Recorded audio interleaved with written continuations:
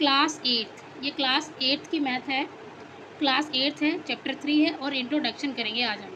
ठीक है, अब इंट्रोडक्शन में सबसे पहला जो पॉइंट है, हम बहुभुज के बारे में समझेंगे कि बहुभुज क्या होता है।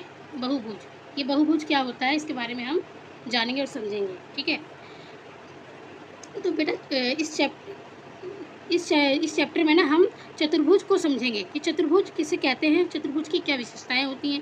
ठीक है, कुछ मुख्य बिंदु पर हम नज़र डालेंगे। ठीक है, तो चैप्टर से रिलेटेड प्रश्न हम नहीं करेंगे, इस चैप्टर से रिलेटेड प्रश्न हम अभी नहीं करेंगे। इसमें हम इस चैप्टर से रिलेटेड जो महत्वपूर्ण बिंदु हैं, जो महत्वपूर्ण बातें हैं, उनको हम कवर करेंगे इस इंट्रोडक्शन में। ठीक है, ये वीडियो आपके लिए बहुत ज़रूरी है, बहुत ज़्यादा ज़रूरी है, क्योंकि इस वीडियो में बताए गए सभी बिंदुओं को आप समझ जाते हैं तो चैप्टर की जो प्रश्नावली है ना, उसे करने में आपको ज़रा भी दिक्कत नहीं होगी, बहुत जल्दी आप प्रश्नावली को भी समझ जाएंगे।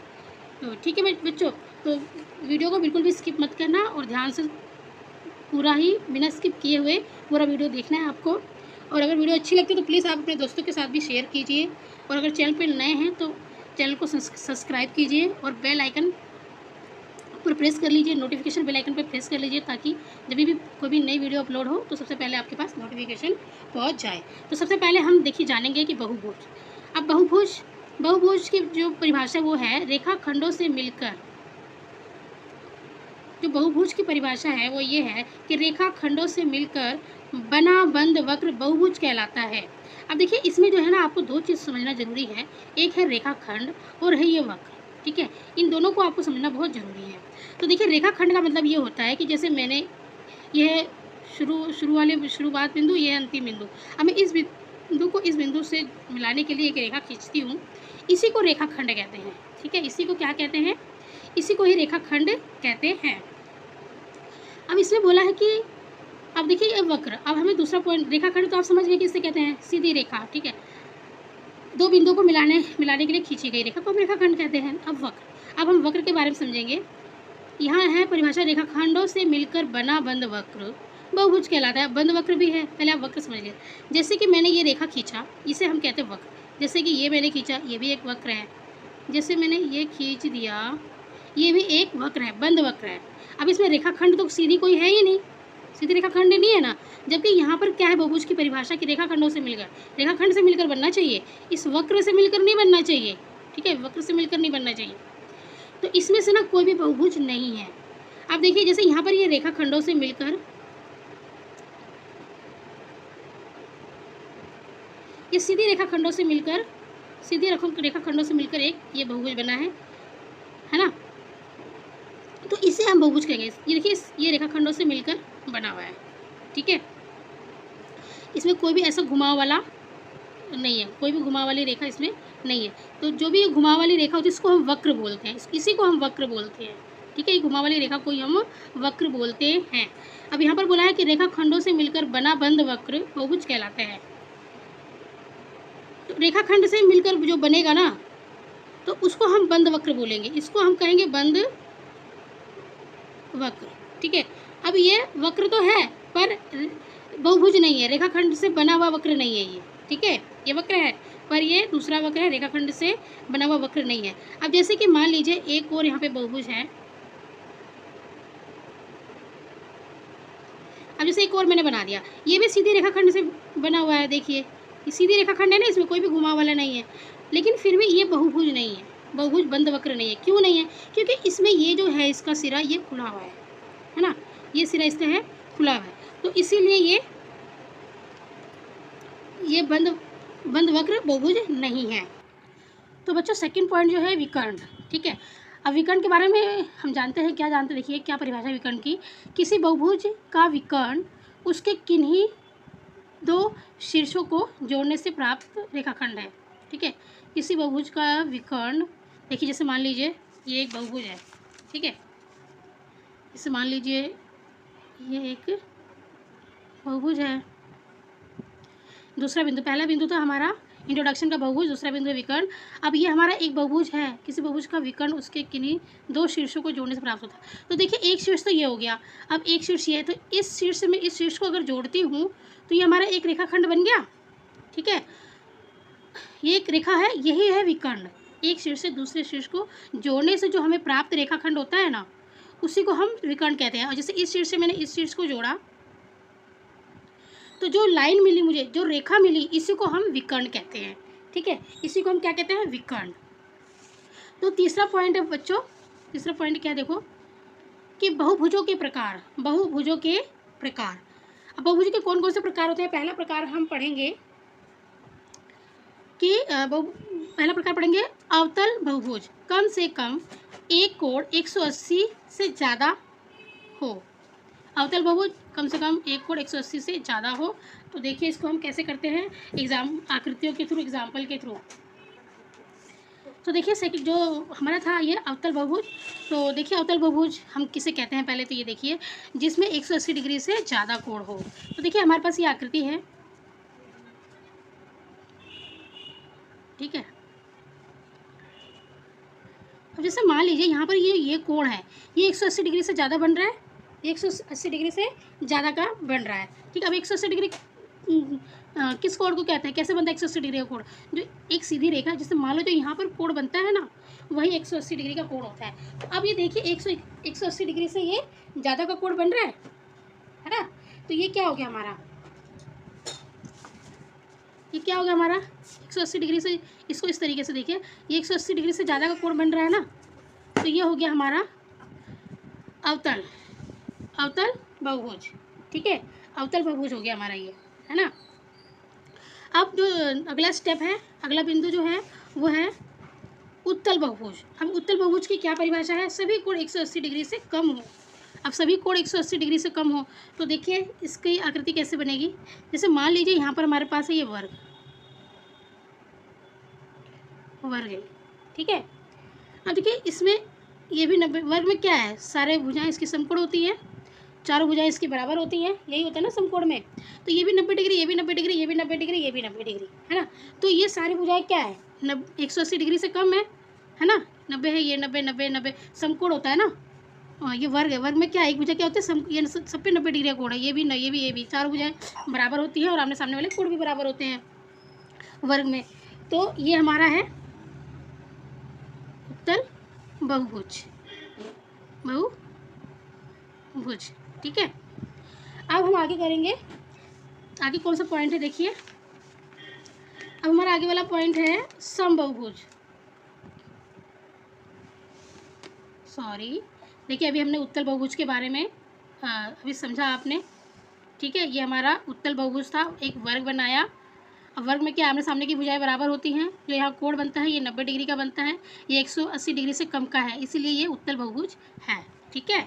और जो अवतल बहुभुज होता है, ये अवतल बहुभुज है, इसमें क्या है 180 डिग्री से ज़्यादा का कोण बन रहा है, इसलिए अवतल बहुभुज है, ठीक है।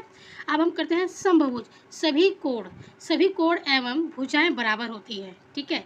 सभी कोण एवं भुजाएं बराबर होती हैं। तो देखिए इसको हम इस तरीके से समझते हैं।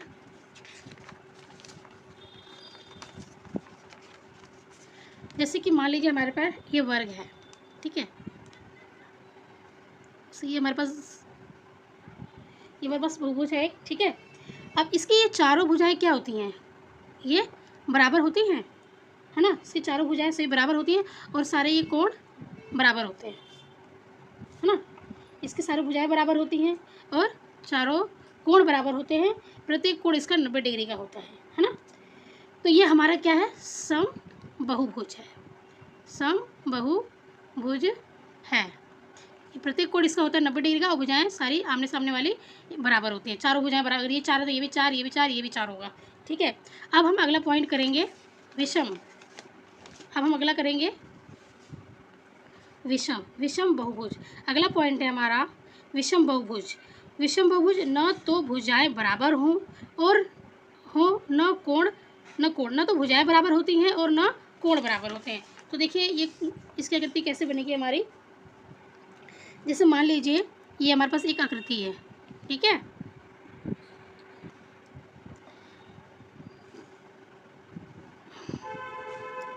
तो ये देखिए ये हमारा है विषम बहुभुज, ठीक है। अब इसमें न तो भुजाएं बराबर होती हैं, ठीक है, ये भुजा इसके बराबर नहीं होती और ये भुजा इसके बराबर नहीं होती है, ठीक है। न इसमें भुजाएं बराबर होती हैं और न इसमें ये कोण बराबर होते हैं, ठीक है। न इसमें कोण बराबर होते हैं, न इसमें भुजाएं बराबर होती हैं, ठीक है। तो ये हमारी होती है विषम बहुभुज, इसे हम कहते हैं विषम बहुभुज। और ये 4 प्रकार के होते हैं, एक तो होते हैं अवतल बहुभुज और समबाहुभुज, और ये हमारा विषम बहुभुज और उत्तल बहुभुज। ठीक है, जैसे ये हमारा हो गया ट्रायंगल है, ये हमारा हो गया उत्तल बहुभुज, इसे हम कहते हैं उत्तल बहुभुज, ये हमारा उत्तल बहुभुज हो गया। और जो हमने ये वाली आकृति बनाई थी, ये हमारा हो गया अवतल बहुभुज, अवतल, ये हमारे अवतल बहुभुज हो गया। ठीक है, और ये हमारा हो गया वर्ग, ये वर्ग हो गया हमारा सम बहुभुज, है ना, और ये हो गया विषम बहुभुज। तो 1 2 3 4, तो ये हमारा जो होता है विषम बहुभुज होता है हमारा 4 प्रकार का होता है। ठीक है, अब इसके आगे वाला पॉइंट हम करते हैं। विषम बहुभुज के बाद हमारा आगे वाला पॉइंट है कोण योग गुणधर्म, कोण योग गुणधर्म। ठीक है, तो अब कोण योग गुणधर्म कौन से होते हैं, देखिए इसमें सभी कोणों का माप का योग 360 डिग्री होता है। ठीक है, सभी कोणों का माप का योग 360 डिग्री होता है। जैसे मान लीजिए कि जैसे हमारे यहाँ पे ये है, ठीक है, अब जैसे ये कोण हो गया, ये कोण हो गया, और ये कोण हो गया, ये कोण हो गया। अब इसके 1 2 3 4 चारों कोणों का योग ना 360 डिग्री होना चाहिए। इसी को हम कहते हैं कोण योग गुण धर्म, इसको कहते हैं हम कोण योग गुण धर्म, मतलब चारों कोणों का योग। ठीक है, अब हम करेंगे चतुर्भुजों के प्रकार। तो देखिए बच्चों, चतुर्भुजों के प्रकार में सबसे पहला प्रकार कौन सा आता है, समलंब। सबसे पहला प्रकार आता है समलंब। अब इसकी परिभाषा क्या है कि भुजाओं का एक युग्म समांतर होता है, भुजाओं का एक युग्म समांतर होता है। अब देखिए इसमें ना आपको समांतर को समझना है। ठीक है, तो मान लीजिए कि जैसे मैंने यहाँ पर ये 2 रेखा खींची। ठीक है, जैसे ये यहाँ से इसको बंद कर दिया, यहाँ से इसको बंद कर दिया। ठीक है, अब मैं इसमें देखिए आप, अगर मैं इस रेखा को कितना भी बढ़ाऊँ, कितना भी आगे करती जाऊँ, ये दोनों एक दूसरे में मिलेंगे नहीं, एक दूसरे को प्रतिच्छेद नहीं करेंगे। ठीक है, जबकि मैं इधर से अगर इनको ऐसे मिलाती हूँ, इधर से ऐसे बढ़ाती हूँ, तो ये एक दूसरे को काटते हैं, ये एक दूसरे को काटते हैं, मतलब कि एक दूसरे को ये प्रतिच्छेद कर रहे हैं। तो इधर से तो ये मिल जा रहे हैं, लेकिन इधर से मैं इन दोनों को, इन रेखाओं को कितना भी मिलाऊं, ऊपर नीचे वाली रेखा को, ये दोनों आपस में मिलेंगे नहीं। ठीक है, आपस में मिलेंगे नहीं चाहे कितना भी बढ़ा लो। ठीक है, और इन दोनों रेखा के जो बीच का गैप है ना, वो बराबर होता है। ठीक है, और ये दोनों जो रेखा हैं वो आपस में समांतर होती हैं। ठीक है, इसी को समांतर रेखा कहते हैं, इसी को ही हम समांतर रेखा कहते हैं।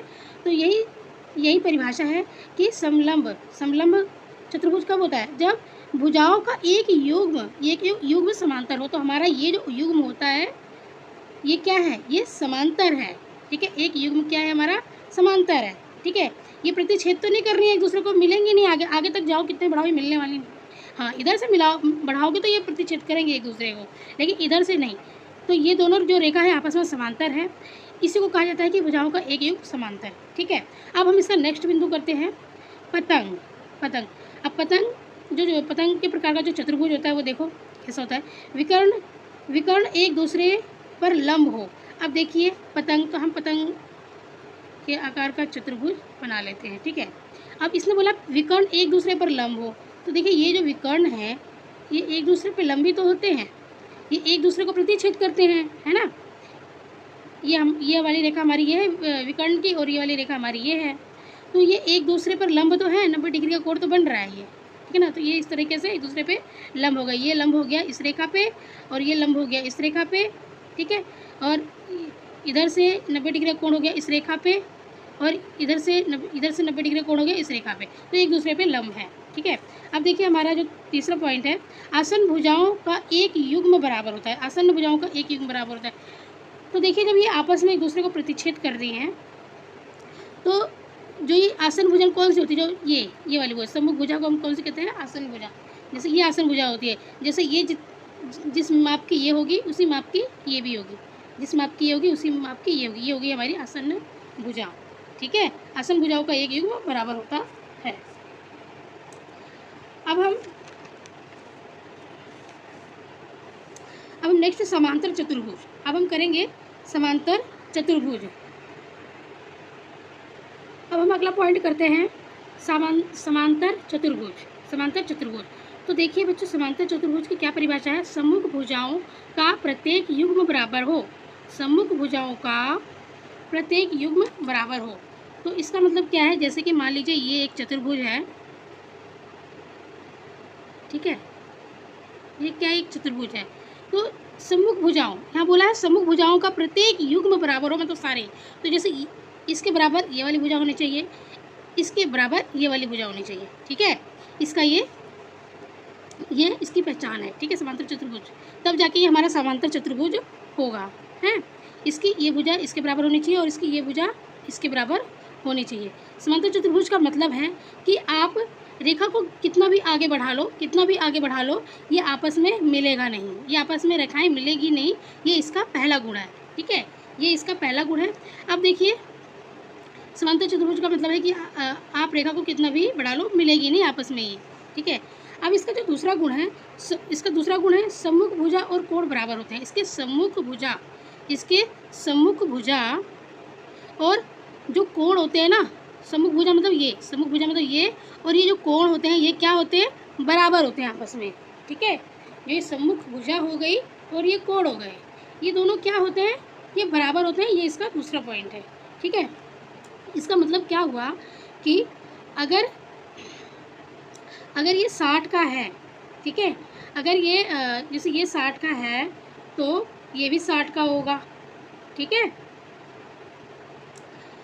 और अगर ये 50 का है तो ये भी 50 का होगा, ये भी 50 का होगा। अगर ये 50 का है तो ये भी 50 का होगा, ये 60 का है तो ये भी 60 का होगा, मतलब सामने वाला, ठीक है। तो ये तो है दूसरा कि सम्मुख भुजाओं और सम्मुख कोण बराबर होते हैं, ठीक है। अब जो तीसरा पॉइंट है समांतर चतुर्भुज का, विकर्ण एक दूसरे को समद्विभाजित करते हैं। हाँ जी, देखिए, अब जो इसके विकर्ण होते हैं वो एक दूसरे को समद्विभाजित करते हैं, ठीक है। विकर्ण जो होते हैं ना इसके, एक दूसरे को समद्विभाजित करते हैं, मतलब कि ये जितना होगा इसी के बराबर ये भी होगा, ठीक है, ये जितना होगा इसी के बराबर ये भी होगा, ठीक है। इस तरीके से तीनों विशेषताएं ये संतुष्ट करती हैं कि ये चतुर्भुज समांतर चतुर्भुज है। जिस चतुर्भुज में तीनों विशेषताएं होंगी ना, वो वही संतुष्ट करता है कि समांतर चतुर्भुज भुजाएं हैं। अब कौन कौन सी तीन विशेषताएं आप समझ गए होंगे। पहला गुण है कि मतलब रेखा को कितना भी बढ़ा लो आगे, ये आपस में मिलेंगे नहीं। दूसरा है कि सम्मुख भुजा और सम्मुख कोण क्या है? बराबर होने चाहिए। तीसरा गुण है कि ये जो विकर्ण है इसके, वो एक दूसरे को समद्विभाजित करते हैं, ठीक है। तो ये हो गया हमारे समांतर चतुर्भुज की कुछ पहचान। अब हम आगे करते हैं, तो अब हम करेंगे समचतुर्भुज, ठीक है। अब देखिए समचतुर्भुज की क्या परिभाषा होती है, ठीक है। इसमें इसके सभी भुजाएं बराबर होनी चाहिए। जो ये समचतुर्भुज होता है ना, ये इसकी जो ये सभी भुजाएं हैं ये बराबर होनी चाहिए। जैसे ये 4 सेंटीमीटर ये भी होना चाहिए, 4 सेंटीमीटर ये भी और ये भी, इसके सारी भुजाएं बराबर होना चाहिए। और इसका जो दूसरा पॉइंट है, समांतर चतुर्भुज के सभी गुण होने चाहिए। जो समांतर चतुर्भुज के हमने जो ये समांतर चतुर्भुज के सारे गुण हमने अभी किए हैं ना, ये सारे भी इसके अंदर होने चाहिए। मतलब कि विकर्ण एक दूसरे पे लंब होना चाहिए, ठीक है। और आमने सामने वाली जो कोण और भुजा है वो बराबर होनी चाहिए, ठीक है। और रेखाओं को कितना भी मिला लो वो आपस में मिलती नहीं। तो ये जो समांतर चतुर्भुज के गुण है वो इसमें भी होने चाहिए, समचतुर्भुज में भी। दूसरा पॉइंट ये हो गया। और तीसरा पॉइंट है इसके विकर्ण परस्पर लंब होते हैं। हाँ जी, जो इसके विकर्ण होंगे वो परस्पर एक दूसरे पर लंब होंगे, ठीक है। मतलब सब पे 90 डिग्री का कोण बनेगा, ठीक है। तो ये हो गया समचतुर्भुज के परिभाषा, या समझ लो इसके कुछ गुण या कुछ बिंदु इसके समचतुर्भुज के, ठीक है। अब हम करेंगे आगे आयत। अब हमें करना है आयत। अब आयत तो पता है आपको कि इसकी सम्मुख भुजा बराबर होती है। आयत की क्या होती है? सम्मुख भुजा बराबर होती है। तो देखिए, मैंने जैसे कि एक आयत हम बनाते हैं, ठीक है। अब देखिए कैसे बनाते हैं हम आयत। जैसे ये हमारा आयत हो गया, ठीक है। मैं ये आयत वाला पॉइंट कर रही हूँ, आयत वाला, ठीक है। अब इसकी परिभाषा है सम्मुख भुजा बराबर होती है। तो देखिए जैसे ये आयत है, तो जितनी भुजा ये होगी उतनी भुजा ये होगी, जितनी भुजा ये होगी उतनी भुजा ये होगी, ठीक है। और इसमें समांतर चतुर्भुज के सारे गुण भी होने चाहिए। मतलब कि सम्मुख भुजा बराबर होनी चाहिए और सम्मुख कोण बराबर होने चाहिए, ठीक है। सम्मुख कोण बराबर होने चाहिए और विकर्ण एक दूसरे पे लंब होने चाहिए, क्योंकि इसमें बोल रहा है कि समांतर चतुर्भुज के सारे गुण भी होने चाहिए इसमें। आयत में क्या बोला है, समांतर चतुर्भुज के सभी गुण होने चाहिए इसमें, ठीक है, और प्रत्येक कोण समकोण होना चाहिए। तो देखिए जो प्रत्येक कोण है वो समकोणी तो होगा, यहाँ पर 90 डिग्री का कोण बनेगा, यहाँ पे 90 डिग्री का, पे 90 डिग्री का और यहाँ पे 90 डिग्री का, तो इसके प्रत्येक कोण समकोण होते हैं, प्रत्येक कोण इसके समकोण होते हैं आयत में, ठीक है। और अब इसके विकर्ण बराबर होने चाहिए। जो इसके विकर्ण है, जो इसका चौथा पॉइंट है आयत का, वो ये है कि इसके विकर्ण बराबर माप के होने चाहिए। तो विकर्ण तो बराबर माप के हो जाएंगे। देखिए अब एक दूसरे को जब ये समद्वि भाजित कर रहे हैं यहाँ पर, तो जितने सेंटीमीटर का ये होगा यहाँ से यहाँ तक, उतने ही सेंटीमीटर का यहाँ ये भी होगा, जितने सेंटीमीटर का ये होगा उतने सेंटीमीटर का ये भी होगा, यहाँ से यहाँ तक भी होगा, ठीक है। अब हम करते हैं वर्ग, ठीक है। अब देखिए वर्ग की क्या परिभाषा है कि भुजाएं बराबर होती हैं, सभी कोण समकोण होते हैं, विकर्ण एक दूसरे पर लंब या बराबर होते हैं। तो देखिए ये हमारा हो गया वर्ग। आपको तो पता है वर्ग की चारों भुजाएं बराबर होती हैं, ठीक है। इसको तो पता है आपको कि चारों भुजाएं बराबर होती हैं, हमने सब सारे चारों भुजाएं, तो ये तीन, तो ये तीन तीन तीन सारे तीन ही होंगे, 3 ही सेंटीमीटर होगा, ठीक है। सभी कोण समकोण जो होते हैं, तो सही बात है, ये वर्ग जो वर्ग होता है ना, वर्ग, इसके ये चारों भुजाएं जो होती हैं वो समकोण होती है, मतलब सब पे 90 डिग्री का कोण बनता है, ठीक है। अब है विकर्ण परस्पर लंब या बराबर होने चाहिए। तो विकर्ण जब ये एक दूसरे को समद्वि भाजित कर रहे हैं तो ये लंब भी तो होगा, ये जब ये समद्वि भाजित कर रहे हैं ना एक दूसरे को, तो ये लंब ही होगा यहाँ पे, ठीक है। और इसका माप यहाँ से यहाँ तक का, जितनी दूरी यहाँ से यहाँ तक की होगी उतनी दूरी यहाँ से यहाँ तक की भी होगी, ठीक है। तो ये हमारे कुछ ज़रूरी पॉइंट थे, बिंदु थे, जो चैप्टर 3 की प्रश्नावली को करने के लिए बहुत ज़रूरी थे। अगर वीडियो आपको अच्छा लगता तो please like, share and subscribe जरूर करें। धन्यवाद।